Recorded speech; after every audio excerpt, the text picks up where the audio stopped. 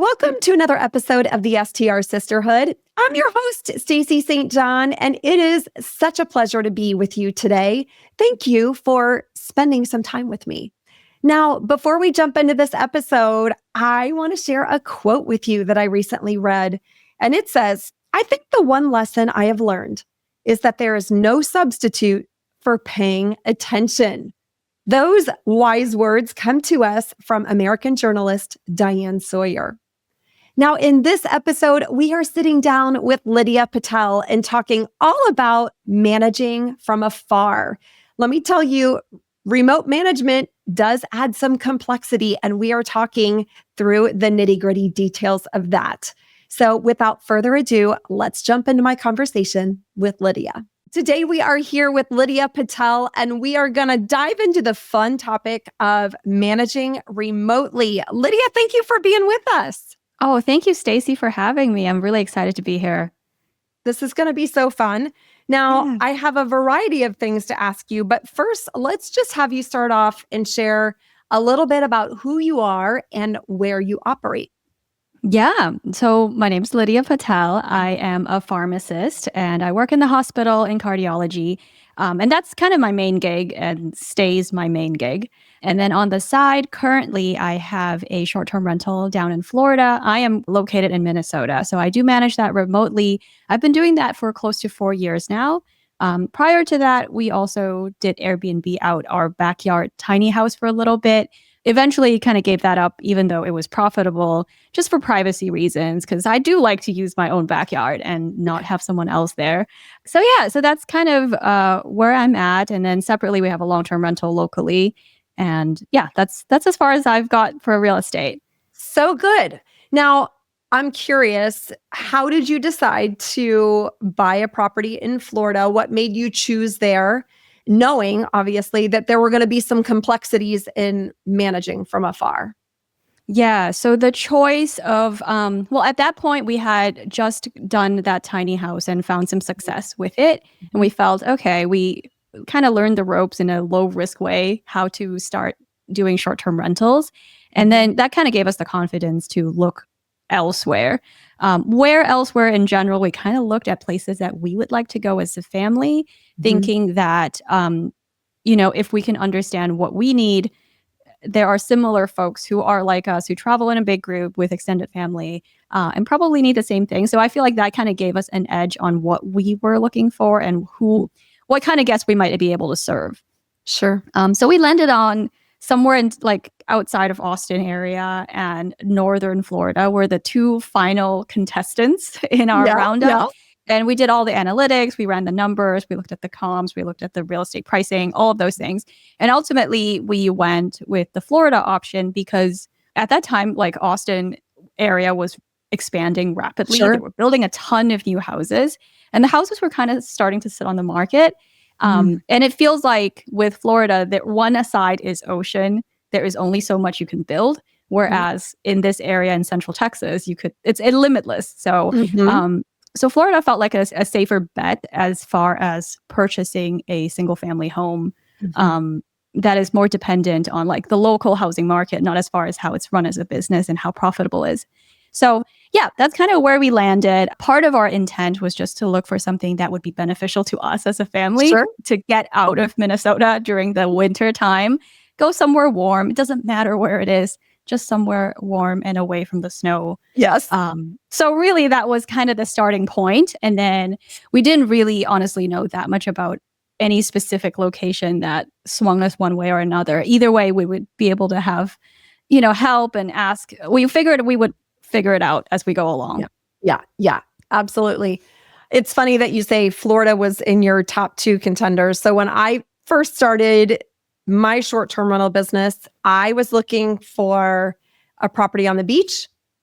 I wanted to be within a day's drive, and I live in Cincinnati, Ohio. And I wanted to be within a certain budget. Okay. And my top two were either Destin or Myrtle Beach, South Carolina.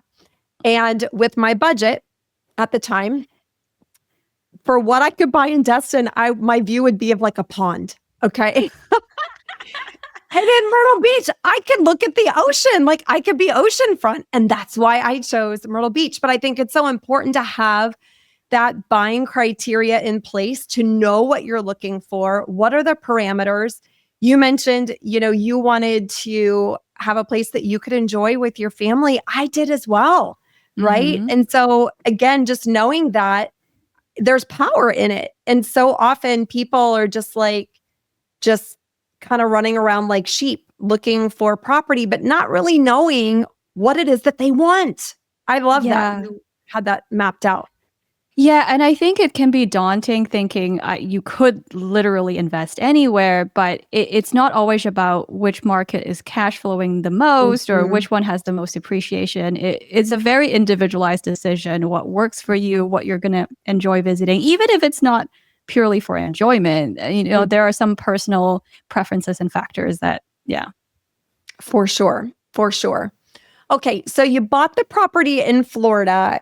I'm curious, walk us through maybe some of the biggest challenges that you discovered managing remotely early on. Um, there are so many. I think back and I kind of laugh about it was a crazy learning curve. I think in general, whether it's remote or not remote, it is a steep learning curve. It's just a little harder to anticipate remotely. And so I think the first thing was our timing. We were closing a week after actually within like a couple weeks after I gave birth to my Oh my youngest. gosh. So we sent away my husband to do the setup. We were coordinating back and forth. It was a very intense 80-hour week for him, Mhm. unboxing all the stuff. We hired help and handyman and all the things that helped us get the place ready. But he only had a week away, and he was kind of doing it by himself. And so that one was hard. I think what we learned from that is if you are setting it up yourself and you're planning to manage remotely, ideally if you could do 2 separate trips, it would just be a little less crazy than trying to cram it all in. Go get the license. We had to go in person to the city hall or something and get a license. We had to get the fire inspection person to come out. There's just too many pieces to cram Right. into literally 4 days. So that was the first thing that we faced as a challenge. The other thing is just you don't know what you don't know. So I have never Mhm. lived in Florida. We didn't know. We should know. I should have read the inspection report and remembered it. But there were 2 AC units. I live in Minnesota. It's one thing for the whole house. I Right. just didn't anticipate there were 2 filters to change. It's very silly, but some of these very systematic things that I Mhm. didn't go into it thinking this is my checklist. Yeah. And kind of built it as I went along.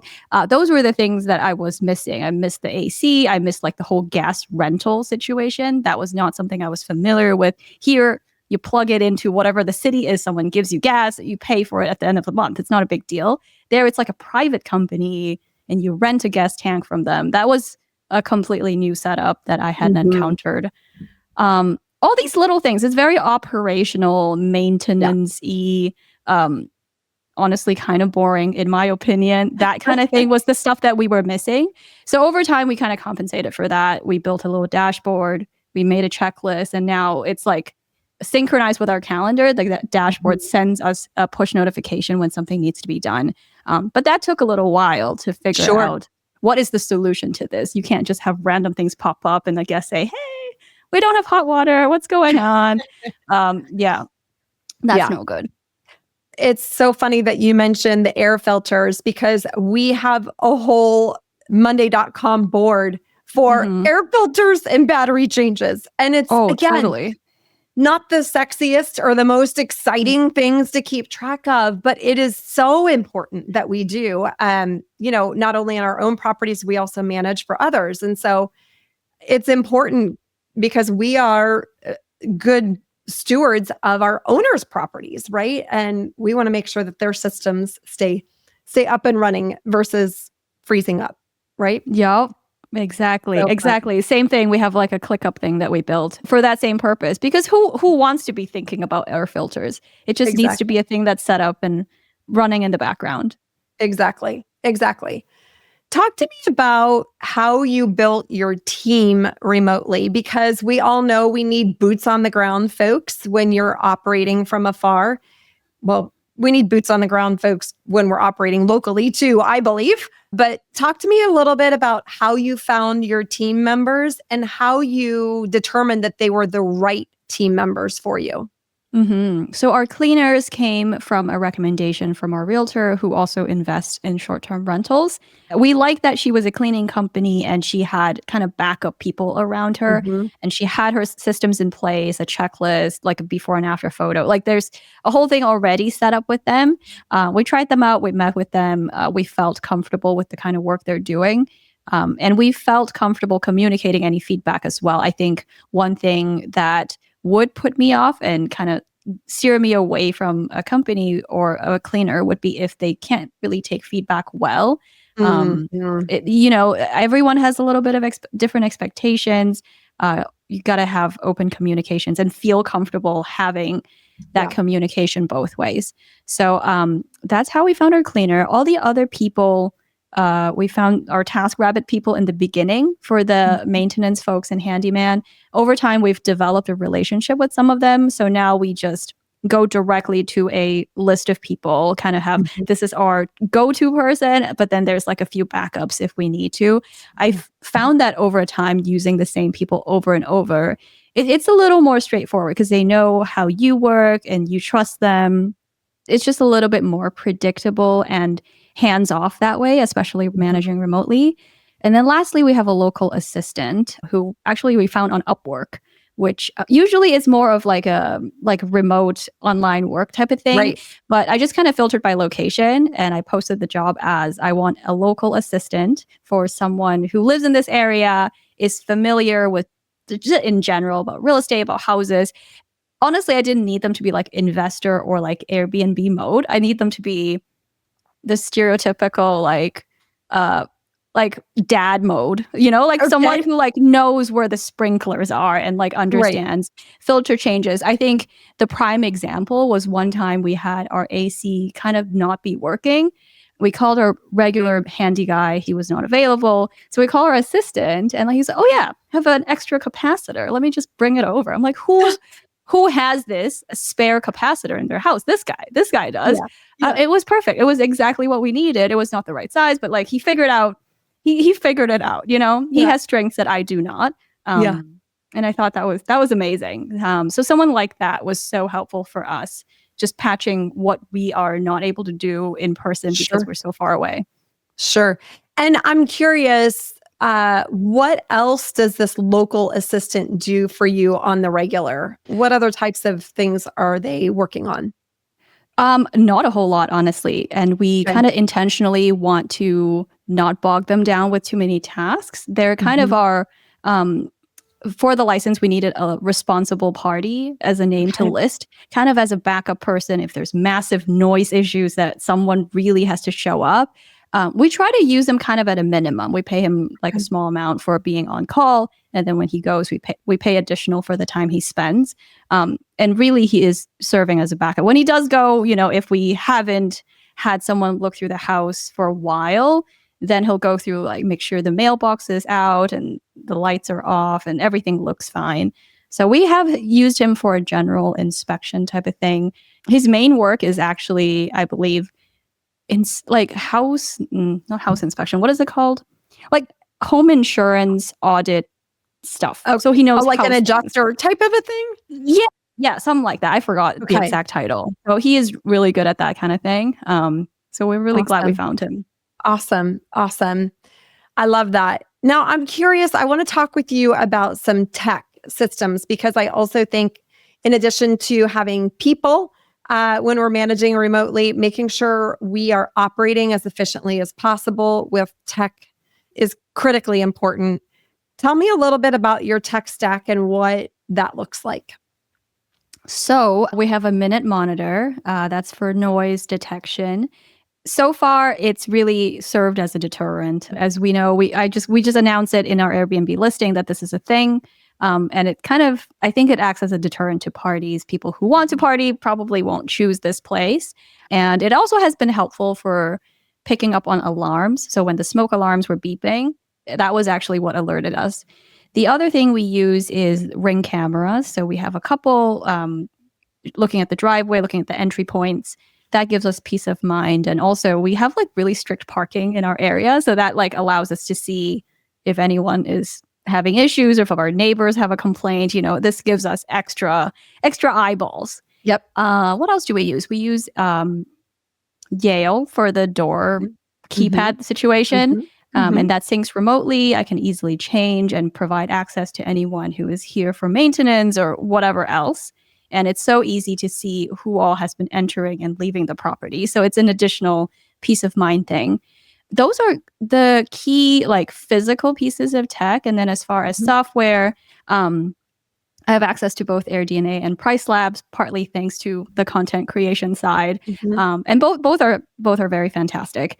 And then for PMS, I use Logify, which helps kind of sync the Airbnb, VRBO, the direct bookings just into the same calendar and unify the inbox a little bit. I think that those are the main things. Love it. So what else do you use? What do you use? Oh gosh, so. We use in our properties that have digital locks, we have some that are Yale, some that are Schlage locks. Currently, my property management software is OwnerRes. I am in the midst of making a change to support my future needs. And so that is underway. We use StayFi in our properties, in our homes, that obviously we can have individual routers. So in Myrtle Beach, most of our properties are in condo resorts, okay? And so there aren't individual routers in most of the units. And so with StayFi, you have to, obviously have the device plugged into a router. So in the homes where we can use StayFi, we do. We use TouchStay for our digital guidebooks, and that is something our guests really enjoy. We also use Breezeway for operations. That has been just such a huge weight lifted off of our shoulders when it comes to work orders. It's so wonderful because we can, create work orders, and I can go in and pull reporting. When we do invoicing, I do have my team actually validate all of the invoices from our vendors. So we'll go in and cross-reference. Hey, did we have a work order on that date of service? Was it completed? So it's a great opportunity just to have additional checks and balances in place. Also, of course, use AirDNA and Price Labs. We definitely have, I feel like, a large amount of tech that we're working with on a regular basis. Yeah. And now that I think about it, there's some that are not like guest or maintenance facing. Like, for example, when I'm tracking my time, I use Toggle to make sure I'm like documenting those material participation hours. There's like the receipt and bookkeeping stuff, like Baselane, that kind of thing. There's a lot of like optional but nice to have tech pieces that add together. But what you said is so interesting, because I feel like it probably varies by scale too. You're definitely, you're managing way more properties. And so like having the work orders in one place where it's systematic, that makes way more sense versus for me, I have the one place. I'm just texting the one guy. Right. So it's like a different level of complexity. Sure. And the other thing too is we use Monday.com as our kind of centralized business hub, where we've got different, boards, different ways we onboard properties. And that has also been tremendously helpful. Back in the day, before Monday.com, I used just Google Drive, right? And so it is... it's nice to have everything streamlined and in one place. Yeah, and that's where I have all of my standard operating procedures as well. And I love that it's digital because I have a remote team. And so I can make a quick change. Someone else can make a quick change, and that quick change cascades throughout the organization. So that's also super helpful. For sure. Okay, so good. Now, I want to ask you about the challenge potentially of what happens when something goes wrong at the property. And I know you said you've got your local assistant, someone can be there within an hour, but I also think a lot of people have some heartburn around, I could never have a property that's not in my backyard because I can't run over there. Well, neither you nor I can run over to our properties. Talk to me a little bit about how you have dealt with that from an emotional standpoint? Has that ever bothered you, or do you like it that way? Oh my goodness, that is such a good question. When we managed what was in our backyard, we did run over there, and Mhm. in the end, we realized we don't have to. It's just because we can, then we end up doing it. And so what we learned from remote managing is that problems will happen. They will always Mhm. happen. They never feel good. It always feels like, man, I've made a mistake. What an idiot! Like, how can I have missed this thing? Over time, it's gotten better, just from an emotional standpoint. I don't Mhm. worry about it as much these days. I will give an example. The most recent was these like random smoke alarms beeping, and we changed the Mhm. batteries, and they're still beeping. We don't know what the heck is going on, which one is beeping, and they're waking people up, and it's no good, right? Mhm. So the first thing is we would get a message from the guest, and obviously, you can't run over there yourself. And so the first thing we're doing as we approach this is just the messaging, making Mhm. sure we hear them, we are actively working on it, and we're so sorry. I think that most of the time is a good start. Like, nobody Mhm. expects this to be like immediately solved as long as Right. you're working on it, Right. um, and keeping them in the loop.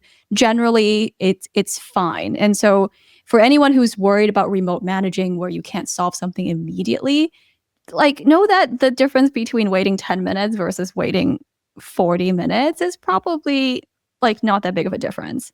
Right. So in those cases, we just reach out to our list of people. Someone is bound to be around. Worst Mhm. case scenario, we have some nice neighbors who might also have some contacts of their own as well.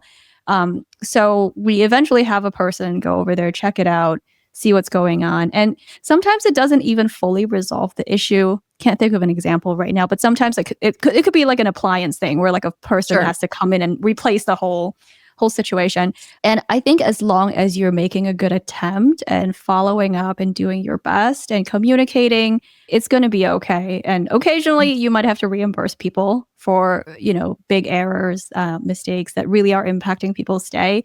Mhm. But that's okay. That I think that is in a way built-in cost for operating remotely. You're going to spend more on hiring out and asking an assistant or someone else to come do a thing that you could have done in person, or reimbursing people. But it's a trade-off, isn't it? Like, Sure. you, instead of you spending your own time going to do a thing and change a light bulb or whatever, Mhm. you're outsourcing it to someone else, and with that comes less control, more money, but it expands your available options for Yeah. investing. It lets you go remote, and also perhaps like completely offload it sometimes when I'm on vacation, when I'm traveling, if I'm on a really long flight, I do have to offload this to somebody. Mhm. So um, it's more of a mental shift. The systems can be built. I think maybe the final thing is just the mental hurdle of Yeah. deciding that, yeah, it won't be perfect 100% of the time. I can't inspect the cleaner's work 100% of the time. Mhm. And there have been mistakes. And Mhm. we have received feedback from a guest one time where they like missed a cabinet and someone put a banana in the cabinet. Like, who Oh does that? gosh. They didn't check. And I mean, I understand, like, you may not open every single drawer every time. But so we had a communication, we had a discussion about, hey, just look through. People are Yeah. weird. They're going to leave stuff everywhere. And so that never happened again. But mistakes happen, even if there's system in place. Like, it's still a human interacting with the system. Sure. So things can't be 100%. And when you're managing remotely, I've learned you kind of have to let go of a little bit of control. Sometimes it will cost you money, but Mhm. it's a fixable thing at the end of the Yeah. day. Yeah.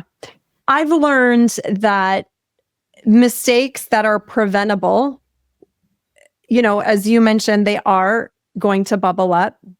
And when they do, what's important is that we build a process to make sure they don't happen again. Right. Hmm. I think that that has been tremendously helpful in my business to know, okay, yep, darn, we totally missed that. We could have done that better.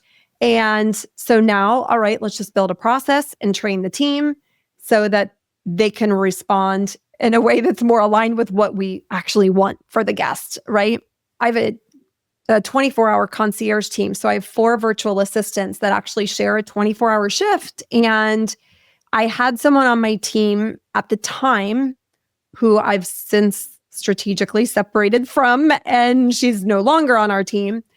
But we had an air conditioner that had gone out. And it was in the middle of summer in 95-degree heat and humidity.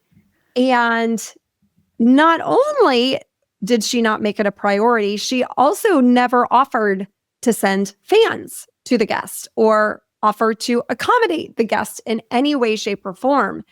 And I thought it was so interesting because I would have never in a million years thought I'd have to write a process for what happens when the air conditioner goes out, because you assume that people know how to respond.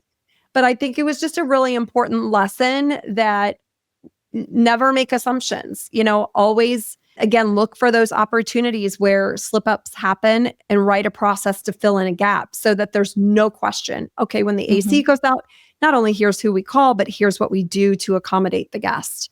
Anyway, I don't know why that just popped in my mind, but. No, but I resonate with that. I think initially when mistakes were, when I would have a mistake or something bad would happen, it would just feel awful. But then later on, when you reflect on it, you realize every time a mistake happens, it just shows kind of a gap in that system.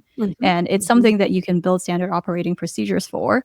And over time, that database of what you're meant to do for each of these situations, it's going to keep building. And inevitably, somewhere down the line, you'll approach a similar situation and it'll come in handy. And so you have your Monday.com dashboard. I have my ClickUp thing, like whatever system. And even I'm sure someone can just use a Google Sheets if they're just starting out, something that helps keep tabs on this is what happened and this is how I solved it. And what are the lessons you can learn from it? Yeah. The other thing that I think is super important, especially when it comes to managing properties and remotely, is logging when things need to be updated or minor maintenance updates that need to be made. So I know that with my team, it is something that we are all passionate about. We want to make the guests have the absolute best experience in our properties, right? That is something that's so important to us. But what I found was that they were sending a maintenance team member for a little 1/4-inch paint chip on a wall. Just having them on the go all the time, doing these little minute things. And, again, I appreciate and value the fact that my team wants everything to be at pristine condition. And at the same time, we need to be good stewards of our clients' money, because I do property management and co-hosting as well as for my own properties. And I know I manage my own property just like I manage my clients. And on my own owner statement, I'm like, well, gosh, I wonder why we sent somebody on the 17th and then the 19th and then the 21st, So again, getting a system in place to log some of those minor repairs that need to be made so you can put them together into one trip for a maintenance person is something I've also learned to be very, very important, especially when you're managing from afar. Yeah, agree. We have, that reminds me, we have like the recurring tasks that pop up, but then also like little things that pop up. There's like kind of a parking spot for these things. For example, the ceiling looked like it was, maybe there was water issues, but then it went away. We don't know if we need to do anything. So there's like a little flag that kind of reminds us. The next time this guy goes, ask him to take a look. Is it still fine? Stuff like that. That is a great example. Like all these things are not all of them are urgent. Some of them can be maybe grouped together more efficiently in a more cost-effective way. Absolutely. Absolutely. I want to shift gears a little bit and ask you about you managing your short-term rentals when you're working and also when you're a mom. So you have, obviously lots of responsibility on your plate. Tell me a little bit about how you manage it all. I don't know.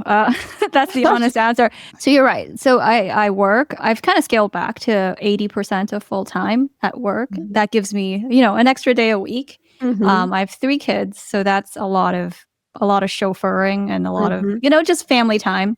And then there's the short-term rental, there's a long-term rental, and then also content creation on the side as well. They all take a lot of time. What I have found to be useful is just kind of, I use this app called Structured. It kind of lets me plan out my day as I'm going to bed the night before. So like tomorrow, these are the tasks I'm going to do. I think what it has helped me with is instead of just a blank to-do list, this budgets the actual time it takes. So like before I would go through a whole day, I would have done so many things that are productive. And at the end of the day, I still felt like I still have 10 things I didn't get to. And it would just feel awful. It was not a, it was just not a good feeling. But budget, actually having to put time in for the things I wanted to do made it more realistic and made me accept, I can only like film one video and also like do the bookkeeping or whatever. And that's it. And then it's time to get the kids from school. Right. So that was helpful.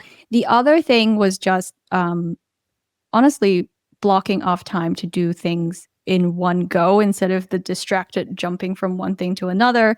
I think, I don't know, any parent who's listening can resonate to that. You can't, it's really hard to sit down and do focused work, but I have found when I am able to just completely focus in the zone for an hour, the output is like 5 times what I can do when I'm distracted and doing little bits of stuff. So I think it helped me set expectations and set up like doing the right things at the right time, if that makes any sense, and just letting go of the to-do list when I'm with my kids, because realistically I can't multitask some of these more mentally taxing things. Sure. I'd rather just be present when I'm with my kids. I love that.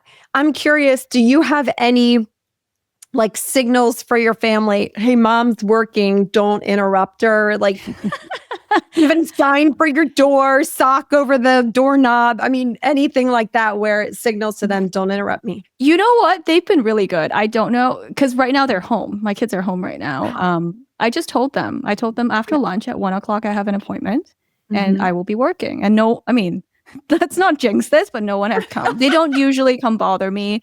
They know I don't know. I think they are just used to it now. Like they know if I'm talking, I sound like I'm filming or doing something, then they don't usually come.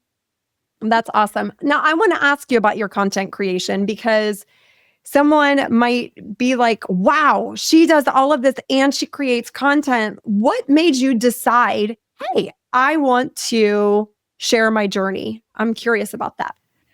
You know, I feel like when I was just starting out and learning, I used a lot of the free content and resources, other people's videos on YouTube, and that was tremendously helpful. What I found was like nobody had the exact journey that I did. Someone who is decidedly not, I mean, probably not going to scale into a full-time job. Like I like this on the side. I like the stability in my job. I like doing this for fun. And I feel like to me, and it's like different for everyone, right? Like for me, the freedom comes from going to work, but feeling like I don't have to. Managing my Airbnb, but feeling like, you know what? Even if I have like slow 3 months, I will be fine. Like nothing, being tied down to literally nothing is what feels free to me. So I kind of wanted to just share my journey, share with the helpful tips, and share whatever I learn on the way. That is practical and useful to someone who is kind of in the same boat, who wants to just dabble on this, see where it goes, and but probably, you know, not have the same aims as someone who wants to like build it into a proper business and do this as their full-time thing. So yeah, I don't know. And then once I started doing it, I found a lot of people resonated with it, and that kind of kept me going. That's awesome. That's so awesome. And, you know, and for me, I never really got into this, like ever thinking about content creation. Like I never did. For me, there's something very rewarding about feeling like you're helping someone else, right? And so if I can share something that I've done, a tip, a helpful trick, a strategy that's been beneficial for me, if I'm able to pay it forward and help someone else, like that feels good, right? It does. It really does. I think just last week, there was a fellow pharmacist who found my content, sent me a DM on Instagram, and we were just chatting. and she sent me her new listing to take a look at. And if it took you like 5 minutes, I was just like browsing through the pictures, and she asked me which one would you pick as a photo, because she hasn't got any bookings yet. She was getting nervous, and I threw out just a couple ideas. She changed it. Coincidentally, I think she also got bookings, and she was like, "This is magical. This is the best thing ever." And I know this is coincidence, but it still made me feel good. It was like, you know what? Yeah, we can do this. This is no, and just talking to people and learning their journey, and hearing if there was anything that I shared that was useful. It just makes me feel like it's worthwhile, you know? Yeah. Now I want to ask you really quickly about some of the tactics behind content creation, because that's a whole thing in and of itself. Like, even Isn't that so fun? I know. Even just like being comfortable on camera, or the lighting, you have beautiful editing.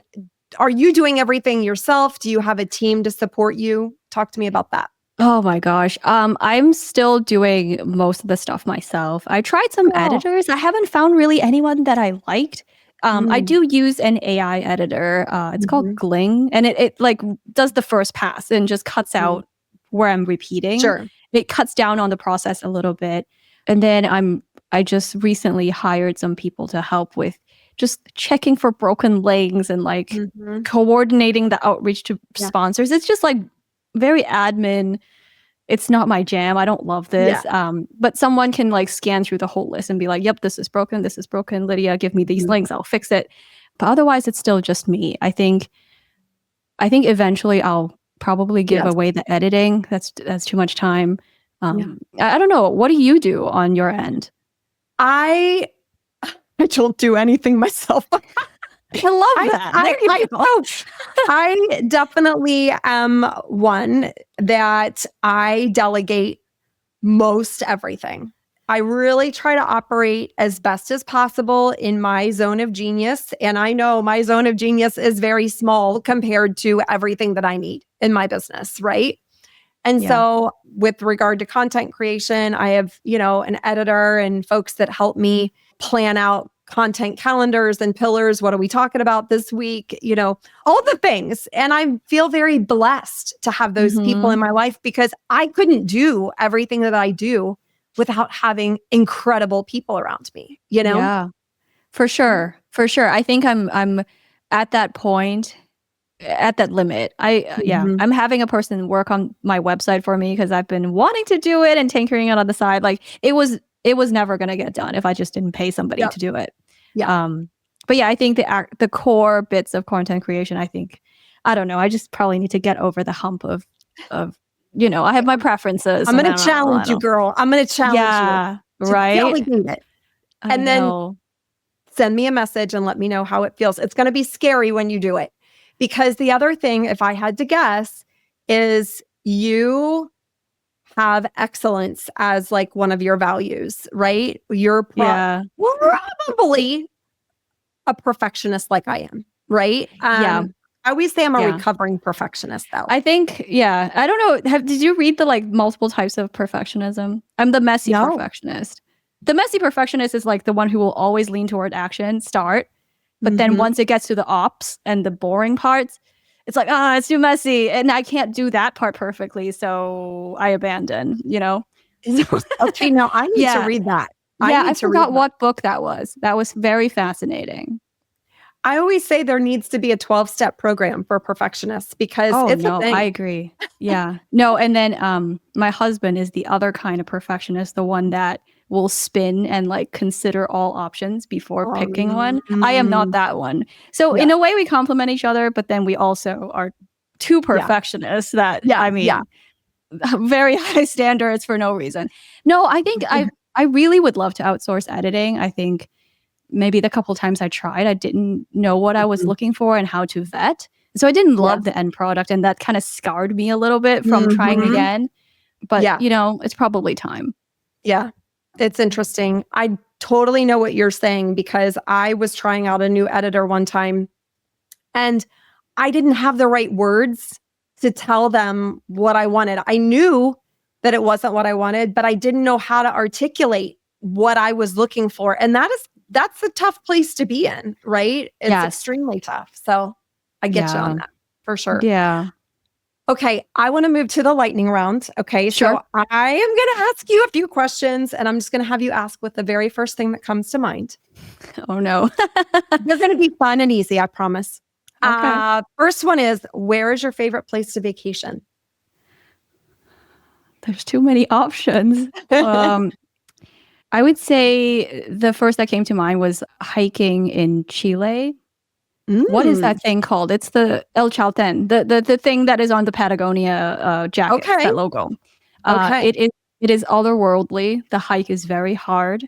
I don't know Mm. if I can do it again, but it is absolutely beautiful, and I would love to go there again one day. Mhm. Wow, amazing. How long did it take you to do the hike? It was an all-day thing, and then by the time we got back, our legs were complete jelly. I mean, we were Right, also not like hiking people. We didn't train right. for this, so Yeah. we're like, yeah, we'll wing it. We'll go. We're young. What it'll be fine. It was rough, Surprise. Yeah. but so beautiful. It's like wow. Where is this place? The mountains are snow capped. Everything was so lush, and the flowers, and I don't know. And then you step on Mhm, these like little mossy bits that like sink a little. You're like, mhm. is this even the same planet? This is crazy. It was an amazing experience. So cool. When did you do that? That was 10 years ago. Wow. Okay. So it's been a Yeah. hot minute. It has been a Okay. hot minute. I'd love to go again. So fun. All right. Next question. What's one place you've never been that you want to visit? Ooh. Oh my God. There's so many. Why do you ask these hard questions? Um, I think Antarctica was the first one that popped up on my head. Mm, So I think I will say that out loud. But there are so many. There are just so many places left to go in the world. And even places that we've been, things change and we would love to go mhm, again. It's a different experience as a more grown up adult now that we have kids. Like the whole mhm. thing, we love travel. So if I could do I it full want to time, I would I do want to it. say I've done this show for 3 years and I think this is the first time anyone has ever said Antarctica. Oh my goodness. So There's so much you science there. It's so fascinating. I'd love to check this it is out. I true. don't know. All right. And I penguins. I mean, you usually can't beat penguins. penguins, that would be fun. I usually offer to go with people to exotic places. I might let you go on that trip alone. Yes. Yeah. Yeah. I mean, it's not as exactly like beach and warm weather and relaxing, but That's my jam. That's my jam. Okay, next question. What's one thing you know now that you wished you knew when you were starting out in the world of short-term rentals? I think there was one thing that I knew in theory but didn't understand fully is that like slow months are real. Like Mhm, don't panic over it, just budget mhm, for it. It mhm, it's there's yes, you can tinker with your pictures. Yes, you can like do your best in the algorithm, but it just is. Sometimes it just is, and right, you just gotta chill. I right, think in the beginning, like I've heard this, I know of this as a right. concept, and I've seen the analytics of AirDNA and before I Mhm, jumped in, but it mhm, still feels terrible when you don't mhm, get a booking for a couple of weeks. You're like, something's wrong. I have done right, something like completely fatally wrong, and right. it is over. I've got to sell the place. Like the spiral is unreal. So I Yeah. think if someone can tell me like think through that scenario and how would you Mhm. feel, how would you deal with that and walk through that ahead of time, that might have been helpful, but that's something I learned over time. That's great advice. Great advice. All right, next question. What is the best piece of advice you've ever been given? Just stay human. Mhm, So I mean all of it, yes, it's a business, but there's a human aspect to it, whether mhm, it's relationship with your team members, relationship with your guest, and how you're interacting with your own self. Like you are only mhm, human as well. You cannot operate at robot level. mhm, That rings true in so many aspects in real mhm. estate, in life, in content Yeah, creation, yeah. all the places. Mhm. Give yourself grace. Be Mhm. nice to yourself. Right? So hard. It is so hard. It is so hard. And once I learned how to kind of be aware of the negative thoughts swirling around in my mind and learn how to control them, it was like my whole world changed when I learned how to train my brain to actually work for me instead of against me, because so often those negative thoughts flying through your brain, the spirals that happen, I mean, it makes you wake up some days and go, what in the world am I doing? Right? Yeah, beating yourself up, and it's like a therapist once shared, if you talk like that to someone else, would they still be your friend? Right. And yeah, you wouldn't do that to anyone else except yourself, which is insane. It is so true. So true. Okay. Last question. What's one thing and or person that you're grateful for today? Oh, my husband. He's hanging out with the children. I don't know what they're doing, which is great. I don't need to know. I don't need to know what they're doing. They're having a great time. That's incredible. And what's his name? Mayur. I love it. All right. Well, hopefully he will listen to this and know that you're grateful for him. Yeah, he is my creative director. Like, he watches the videos. He like gives input. I'm like, okay, that's helpful. Yep. I'll take that. Yeah. I love it. Lydia, if people want to learn more about you or any way that you can support them, what is the best place for them to find you online? Yeah, I have plenty of just free resources, my practical experiences on my channel. I'm just Lydia Patel on YouTube. I'm also occasionally on Instagram, but that's just fun personal stuff. So there you go. Yeah. Speaking of fun, this has been so fun getting to know you. Thank you so much for being here. Yeah, thanks for having me, Stacey. It was great chatting with you and getting to know you a bit more as well. I hope you have a good rest of the day. You too. All right. Hey, girl, before you go, grab your calendar and block out February 4th, 5th, and 6th, 2026. Why? Because those are the dates of the short-term rental virtual summit for women. Let me tell you, this year is going to be better than ever, and we've got some amazing surprises lined up for you. Stay tuned for more details, but in the meantime, save the dates, February 4th, 5th, and 6th, 2026, and I can't wait to see you there.